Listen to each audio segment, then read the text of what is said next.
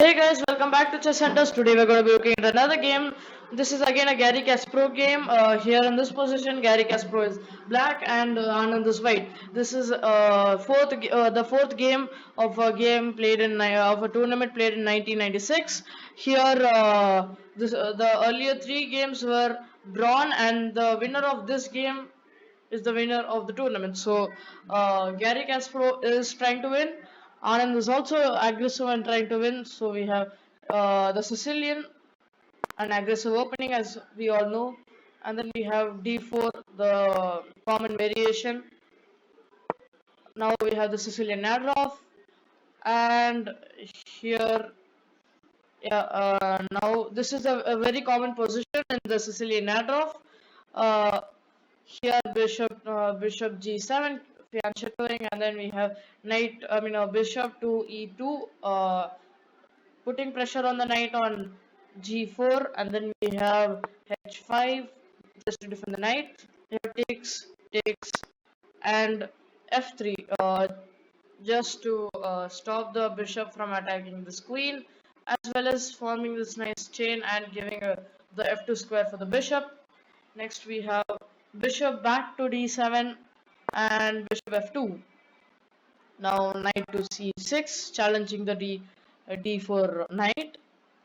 Then queen d2, just trying to castle, and then knight to e5, a beautiful outpost for the knight, unless Anand finds a way to play f4. Then we have castles kingside and g4. We have f4. Actually now both the players are trying to attack, that's why we have these pawn pushes. And then we have knight to c4, queen e2 to attack the knight, and rook to c8 just to protect the knight. And then b3, the main idea is to kick out the knight, but then Kasparov plays knight to a3, which is kind of unusual to be to see. But then the main idea inside is this knight is hanging now, and if this knight moves, then these two pieces are attacking this um, c2 pawn. And yeah, we have knight to d5, and then e6 just to throw out the knight. No, the knight is kind of we had discussed this in earlier games, where this knight is on d5, just taking up all of these squares, not allowing the black pieces in there, and that's going to be irritating for black after a few moves. So he kicks out the knight goes to b4 and protecting the c2 pawn. Well, it was better to play e6 rather than now. He cannot take the pawn because of these two pieces protecting it. So we have e6, then knight to b4, protecting the pawn even more, and queen to b5, sorry, a5, just to attack the knight. Queen e1, protecting the knight, and h4, pushing the pawns. So both the players are pushing their pawns aggressively at this moment. Most of you might think this pawn is hanging, but then after takes we have this takes on the bishop and the knight, and where this piece up, we have bishop to e3, h3, just trying to open the position, but then g3 and the position is closed. Next we have knight to b5 and rook d1, just to defend the knight. We can see both the pieces are attacking the knight, so to defend the knight, he just brought the rook. Then we have knight to c3. This pawn is now hanging, and also as well as this pawn is hanging. So Garry Kasparov decides the only way to win this game is just to take the pawns and then exchange the pieces, so that in the end game he has extra pawns and can win easily then. So this is what he went for later in the game. And then we have knight to d3, and then queen to c7, just to put in more pressure. rook c2 defending the c pawn, and knight to e4. We have f5 and e5 just to kick out the knight again. So now we have the thing is here is the only move for this knight would be something like e2, but then once he comes to e2, the knight is really not doing anything. It cannot go out of this e2 square, and it's totally trapped. So Anand finds another way to play f6, sacrifice the pawn, and then go to f5. Even though it's a sacrifice of a pawn, he has a better position for his knight where it will be traded later. It's better than having a knight on e2. And we have queen to c6, threatening this attack on the g2 square. And we have queen to e2 just to defend the g2 square from the checkmate threat, and queen to e4. Now the real attack starts. We have rook to f2 because there's this beautiful threat of knight to d5 where this bishop is pinned as well as attacked by two pieces, and it's hard to defend. Whereas after rook to f2, this queen is at least not hanging, and it's not really a pin, so this bishop can move freely. So we have knight d5 and rook to e1 to just defend the bishop. And now comes here is where Garry Kasparov played the blunder. The best move would be something like knight 2. Knight takes bishop, after which is forced to trade, like you can see on the board.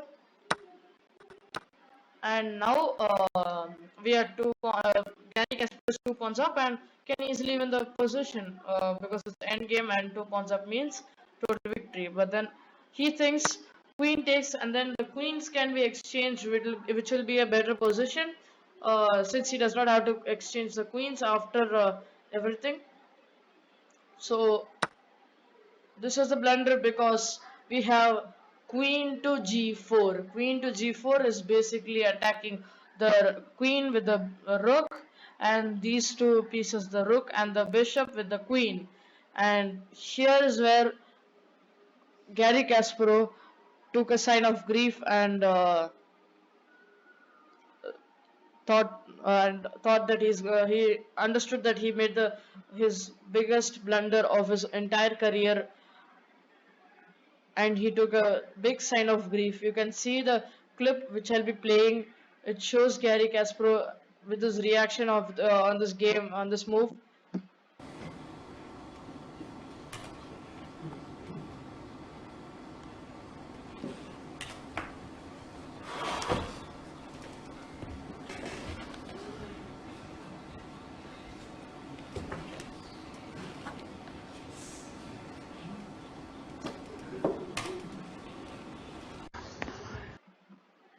Now let's continue with what happened.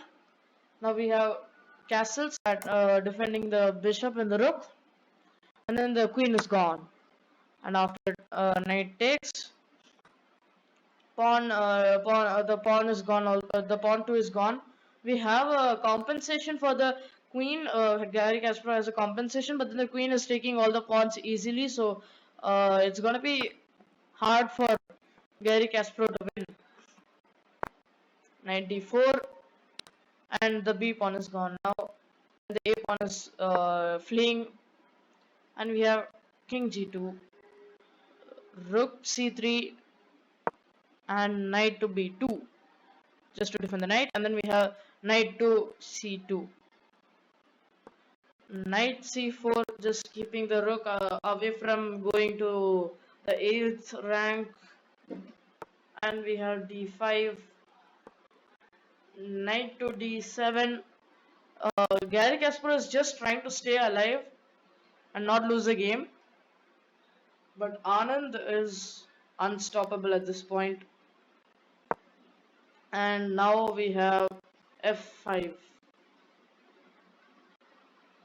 He's just trying to push all his pawns at this time and trying to win the game, but then at least draw is good for him. But then still, Anand is crushing Kasparov at this position. So here, black can go for something like d4 push, but then we have this beautiful attack on the king side. He can play, like if we have this, we have queen to e6, after which he'll have to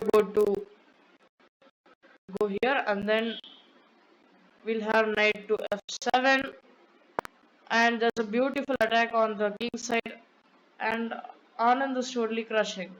And then after something like d3, maybe, and then we have knight here, check this move, and then queen to g6. Now mate is unstoppable. So here he plays f4, check here, and the same uh, moves. But then now we have rook takes, queen takes, and he's just trying to thrive in this position, just trying to survive. We have takes, rook f6, and queen c7, e4. He's just holding his breath, trying to win or at least draw this game, just going through the hard position and trying to draw maybe like a stalemate or something. But still, white is going to win here. Anand is unstoppable. He made his blunder, and after this, he's not going to be able to win or draw. So we have rook to g4, and mate is unstoppable. So now here it is the position Garry Kasparov resigns, and Anand wins the tournament. The undefeatable Garry Kasparov has been defeated after 26 or 25 years, and it was a great moment, a great turning point in the history of chess, where the great champion Garry Kasparov has been defeated and Anand takes his place. Hope you guys enjoy this video. For more videos, share, subscribe our channel, and you can check out our videos. We have great videos of Garry Kasparov, Bobby Fischer, and many other chess players. Hope you guys enjoy this video. See you in the next video. Peace out, guys.